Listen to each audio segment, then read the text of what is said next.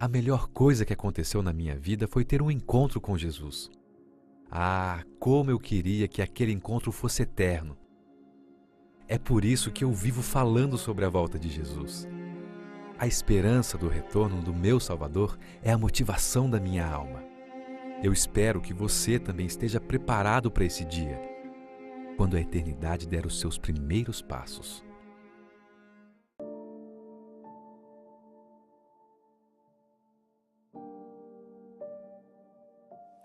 Na primeira carta aos Tessalonicenses, capítulo 4, versos 13 a 18, o apóstolo Paulo diz: Não queremos, porém, irmãos, que sejais ignorantes com respeito aos que dormem, para não vos entristecerdes como os demais que não têm esperança.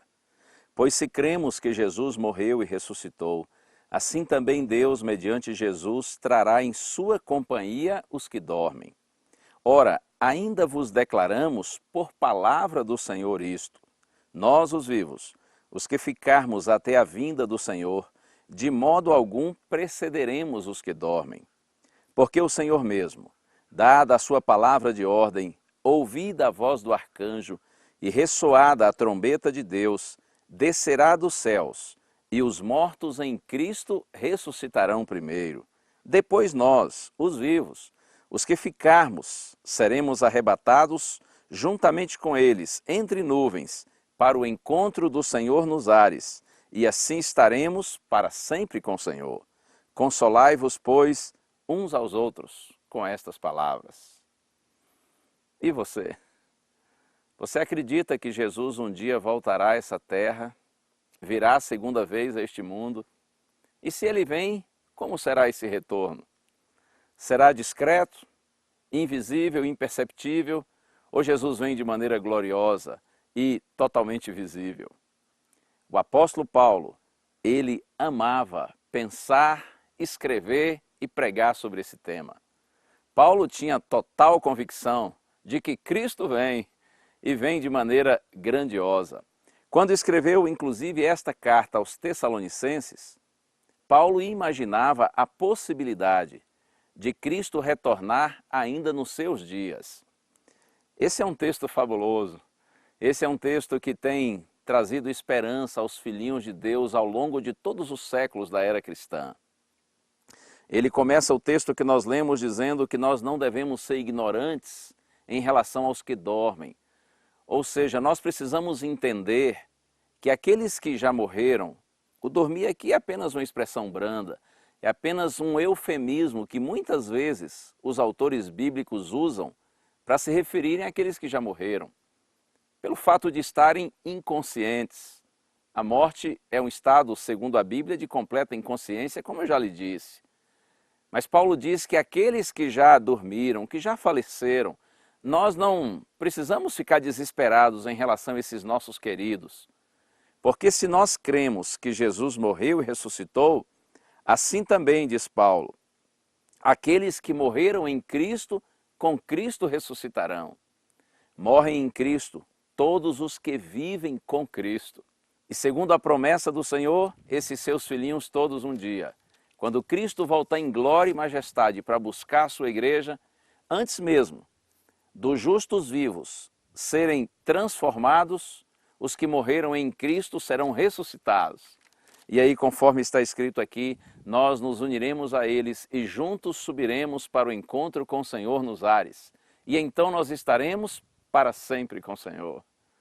Creia nessas palavras, mas olha um detalhe muito significativo, que você e eu precisamos entender. A segunda vinda de Cristo será visível. Conforme está escrito aqui, totalmente audível e gloriosa.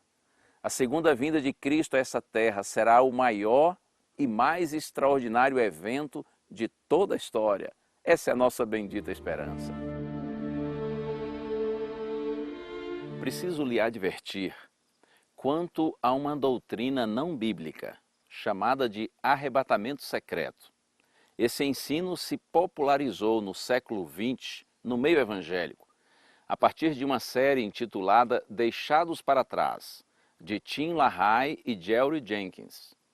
Esse ensino afirma que o arrebatamento da igreja será de forma secreta, de forma invisível. Porém, não é isso que a Bíblia ensina. Um dos textos usados pelos que creem dessa forma incorreta é exatamente uma interpretação precipitada do texto de Jesus no sermão profético em Mateus capítulo 24, quando Jesus diz que no momento do seu retorno, um será tomado ou levado e outro será deixado. Mas se você estuda esse texto com um pouco mais de carinho, de cuidado, de atenção, você vai compreender que a ênfase de Cristo não está no fato de que seu retorno e o consequente arrebatamento da igreja será de forma secreta, mas sim que ele vem de surpresa para aqueles naturalmente que não se prepararam, para aqueles que não vigiaram. Acredite, a segunda vinda de Cristo não será nada místico, espiritual, irreal. A segunda vinda de Cristo será pessoal, literal, totalmente visível, glorioso e audível. Este evento, o maior evento de todos os tempos. Isto está, inclusive, em toda a Bíblia. O próprio Jesus disse, também no sermão profético de Mateus 24, assim como o relâmpago sai do Oriente e se mostra até o Ocidente, assim será a vinda do Filho do Homem. Veja, o relâmpago que sai do Oriente e se mostra até o Ocidente. E quando a gente vai ao livro de Atos dos Apóstolos, Lucas diz que depois que Jesus se despediu dos discípulos, após a ressurreição, e subiu para o céu, os discípulos contemplaram aquela cena e eles ficaram olhando para Jesus enquanto ele subia. Então 2 anjos foram enviados por Deus. E os anjos disseram assim: varões galileus, por que estáis olhando para as alturas? Esse mesmo Jesus que dentre vós foi elevado ao céu, virá do mesmo modo como o viste subir. E no Apocalipse, capítulo 1, verso 7, está escrito: eis que vem com as nuvens e todo olho verá. Então, para ficar bem claro para você, a segunda vinda de Cristo será visível e visível também será o arrebatamento da sua igreja. E quem são as pessoas que serão arrebatadas?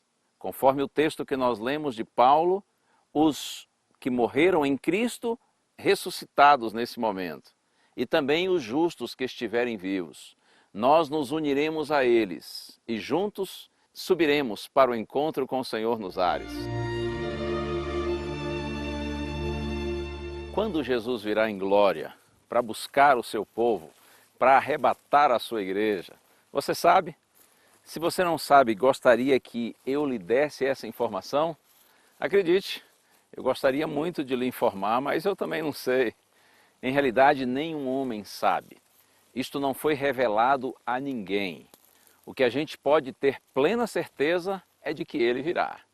Ele virá porque ele prometeu voltar. A palavra do Senhor é fiel e verdadeira. O testemunho do Senhor é genuíno, é confiável. O Senhor não é homem para que minta. O Senhor é fiel na sua palavra. Ele disse que voltará e voltará. E nós teremos o privilégio de vê-lo. Paulo, quando fala a respeito da primeira vinda de Jesus, até já mencionei esse texto para você no estudo anterior. Paulo diz que Jesus veio na plenitude do tempo. Acredite, na plenitude do tempo, ele virá a segunda vez, de acordo com o calendário de Deus, com o plano do Senhor, porque o Senhor é grandioso e ele tem o controle da história nas suas mãos. Mais importante do que saber quando o Cristo virá ou como ele virá, é ter a plena convicção de que ele vem mesmo. Foi ele quem prometeu.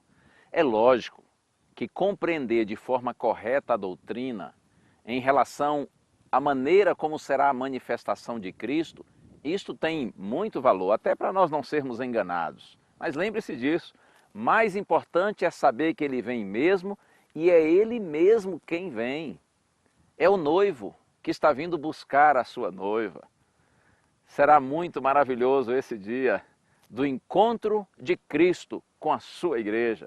E pela graça do Senhor, você e eu estaremos lá, entre aqueles que creram, que se prepararam e por isso receberão o Senhor Jesus Cristo com muita alegria. Eu penso que será um dia de profunda tristeza para todos aqueles, é claro, que não forem chamados por Cristo para a eternidade. Porém, a tristeza maior ainda será para aqueles que talvez até conheçam a doutrina, conheçam de forma correta, porém não se prepararam, porque conheceram a doutrina, mas não conheceram Cristo. Ele está vindo, o noivo está vindo buscar sua noiva. Você conhece o noivo? Imagine, na hora da volta de Jesus, ele olhar para você ou para mim e dizer assim: afaste-se de mim porque eu não lhe conheço. Não. Tomara que isso não aconteça com você, nem comigo, nem com nenhum de nós. Pelo contrário, quando o Senhor retornar em glória e majestade, nós seremos chamados por Ele e nós estaremos juntos para sempre com o Senhor. Eu penso no dia, quando a eternidade começar. Como será lindo, hein? Se esse mundo, mesmo com todas as marcas do pecado, com todas as consequências do mal que está aqui presente, esse mundo ainda continua lindo, imagine quando a eternidade começar e o Senhor fizer novas todas as coisas. Por isso que eu quero convidar você para ser um adventista, ou seja, aguardar o advento de Cristo, aguardar o retorno do Senhor Jesus Cristo, porque aquele que vem, virá e não tardará. Falta pouco tempo, é só um pouquinho mais, e nosso Senhor se manifestará.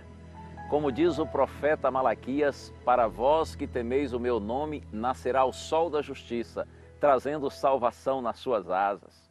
Ele já está vindo. Já posso ouvir os passos de um Deus que se aproxima. Ele está vindo para buscar a sua igreja. Prepare-se, estude a palavra de Deus, ore com sinceridade ao Senhor, una-se à igreja de Deus, ao povo de Deus, e pela graça do Senhor, quando Ele se manifestar, nós estaremos lá entre aqueles que abrirão os braços e dirão: Senhor, Tu és o Deus a quem nós esperávamos. E o Senhor nos dirá: ok, vinde benditos do meu Pai. Estaremos juntos sim, para sempre com o Senhor. A graça do Senhor Jesus Cristo e o amor de Deus e a comunhão do Espírito Santo sejam com todos vós.